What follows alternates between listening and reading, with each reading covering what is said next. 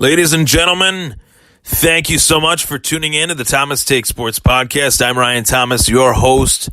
February 18th, Monday, February 18th, 2019, President's Day. Hope you enjoyed it. If you had the day off, I'm jealous of you because I did not.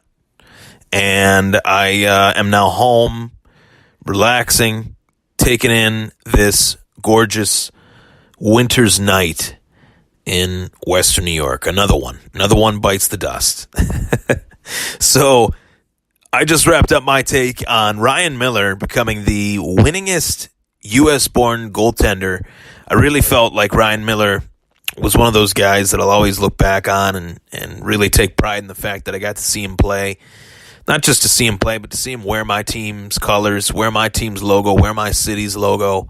It's one of the few honorable experiences I've had as a Buffalo sports fan, to know that Ryan Miller was on this team and was in this city and did quite a lot for this community. Was very generous with his time on the occasions that I was around him. So very thankful for Ryan Miller, and I'm glad he's still playing, and I'm glad that he's playing and able to achieve these career milestones. So tune into that. I talked about Ryan Miller in a lot of different ways. I really hope you guys enjoyed that. I know I did. And let's talk about the present. That Ryan Miller, unfortunately, is something of the past.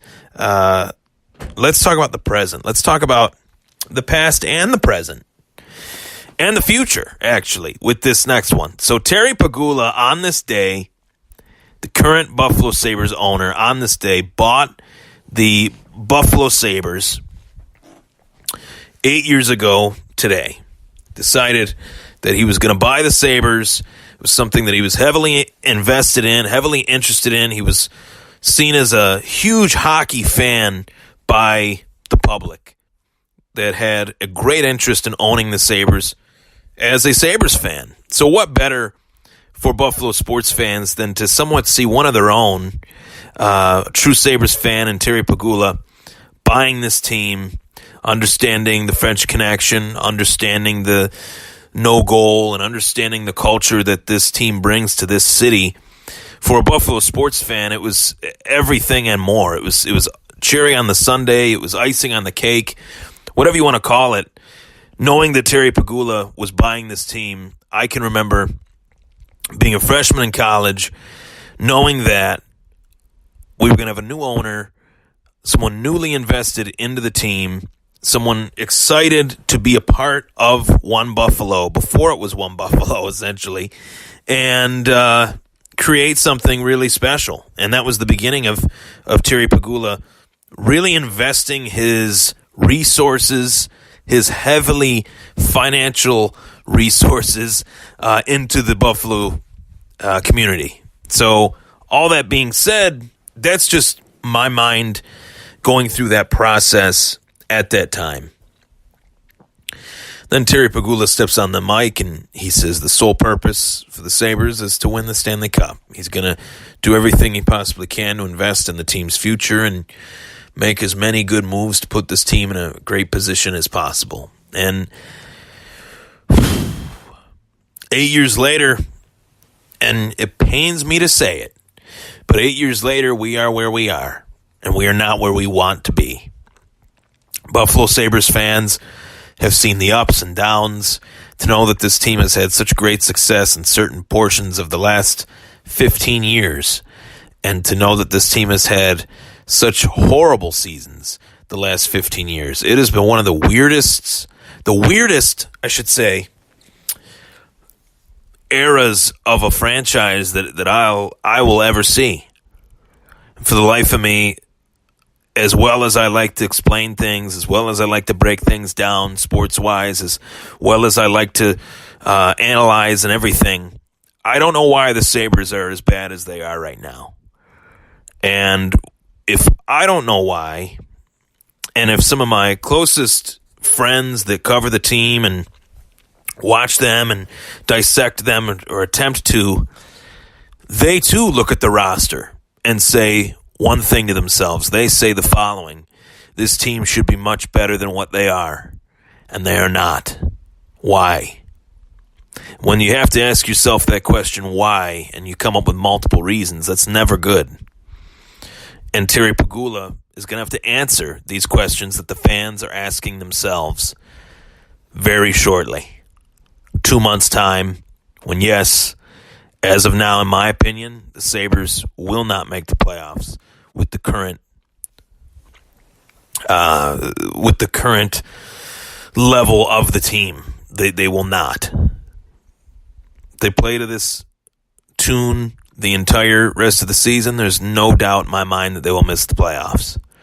But we need to see a lot of different things take place at Seymour Knox Plaza. Just like we need to see a lot of different things take place at One Bills Drive in order for these teams to become as competitive as the fans believe that they can be with who they have on their rosters. Both the Bills and Sabres respectively have great talent. They really do. And that's not me saying that as a homer. That's me saying that as a guy that's followed these players from their college careers or their minor league careers into the pros. There's no reason why some guys should be on the Sabres. There's no reason why some guys should be on the Bills. But two different dynamics, two different sports. But nonetheless, one same problem in one Buffalo.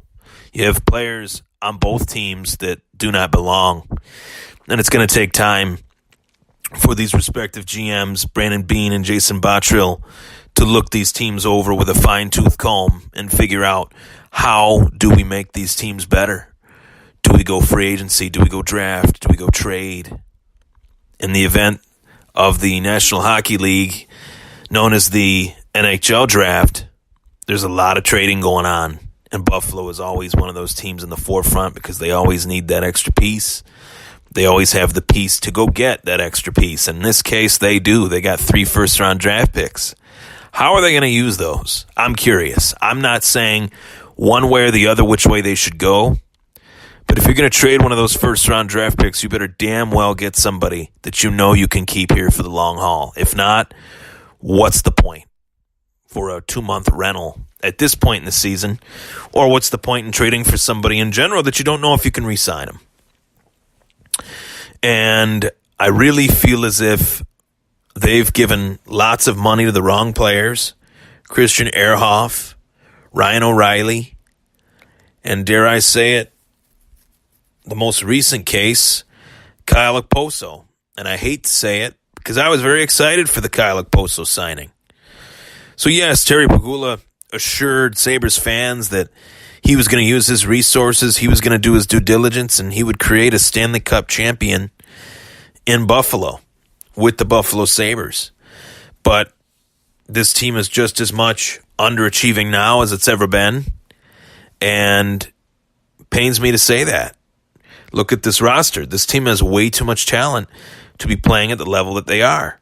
Is it coaching? Is it the GM? Is it ownership? Or is it all the above? I would say it's all the above. But which out of the 3 do you give the longest leash to? Which out of the 2, if you're Terry Pegula, do you give the longest leash to? Because Terry Pegula obviously isn't going anywhere. But as fans, when do we start the end of the honeymoon period for Terry Pegula? Terry is in a really peculiar spot due to the fact that he bought the Sabres. There's the honeymoon period. That was over. And then he bought the Bills. So he got 2 honeymoon periods. You look at it like you start dating a girl for the first time, or any ladies out there, you start dating a guy for the first time. You know, the first 6 months, you're kind of on cloud 9. You're kind of thinking, wow, this is the right girl, this is the right guy for me. But you really don't know the person yet. Once you start to get to know them, the quote-unquote honeymoon phase kind of wears off. So that is what I believe is happening to me as a Buffalo sports fan. I looked at Terry Pegula as a hero. I looked at him as somebody that blessed me with the opportunity to watch these 2 teams continue to compete for a championship in my city, wearing my city's logos, respectively the Bills and the Sabres. And Terry has done nothing to show me that this team is going to be a Stanley Cup team. Nothing at all.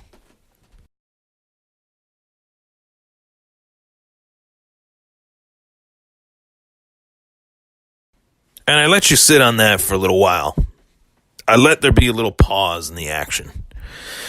Because I want you guys to ask yourselves, do you believe that Terry Pegula has done enough to make this team a Stanley Cup champion? And the answer should be no. If the answer is anything other than no, then you guys are living in a fantasy land. That's fantasy talk. Do I think they should have another owner? Obviously, I know that's not going to happen. So don't even ask me that question. But I do think that we need to take a look at Terry's decision-making record. It really hasn't been that great. This team very well might have 3 coaches in 5 seasons. The Bills, his first coaching hire was Rex Ryan. That was a disaster. Sean McDermott, on the other hand, the jury's still out. I think that was the right move. But the jury's still out. Year 3, I think McDermott will be here a long time. But football is structured a lot differently than hockey. Hockey, lately, the NHL, has become a league of, what have you done for me lately? More so than football, in my opinion. You notice a lot of coaches, you look the last few years, a lot of coaches getting fired sooner than normal. They get let go. They go somewhere else. They get another opportunity somewhere else in relatively short order of getting that previous opportunity. You have coaches getting fired, replaced by other coaches, and then literally getting rehired in the same job. Hitchcock from the Dallas Stars. That'd be the case for him. So I definitely feel like there's a lot of differences from the NHL to the NFL, but overall I feel like Terry Pegula has mightily underachieved as the owner of the Sabres and has somewhat looked a little inept as the owner of the Buffalo Bills in certain aspects of his ownership, allowing Doug Whaley to stay on board. The moment he bought that team, that guy should have been canned. If you're going with a new coach, you should be going with a new GM. You need the GM to bring in the right coach, or you need the coach to bring in the right GM in the case of Sean McDermott and Brandon Beane. Or in many other cases, when you got some new bosses in town, when you got new bosses in your workplace, usually people go. Usually that one boss is looking for something different than the last boss. That's what we saw from Terry with the Sabres. Darcy Regier was gone. Lindy Ruff was gone. Short order, but he made the same mistake twice. He kept those previous regimes around, I felt, a little too long. The franchises were under different leadership. It was time to move on. But now, if they fire Phil Housley, I'm sorry, guys. Whoever is on the fire Housley bandwagon. What happens in 2 more years if this next coach doesn't make it? We're going to have 4 coaches in 7 years?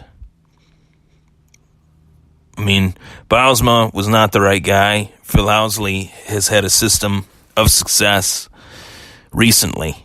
This isn't a Rex Ryan situation where he won or he went to a couple AFC championships 6-7 years prior to being hired by the Bills. This is a guy that has had recent success, and I think there's a real deep issue with the Buffalo Sabres right now. And it's not the coaching, it's not the GM, it's not the ownership. I think to a tune, in some dynamics, it might be the GM's inability to bring up some minor league talent. I want to see Nylander. I don't care if he's ready or not. I want to see Asplund. I don't care if he's ready or not. I want to see my buddy Brendan Gooley get called up. These kids deserve opportunity. Without opportunity, you're nothing. Why strive if you're not going to get that shot? You got to earn it, but when the guys at the pro level aren't earning it, someone should be given that opportunity. We'll be right back. I'm Ryan Thomas. It was the Thomas Take Sports Podcast.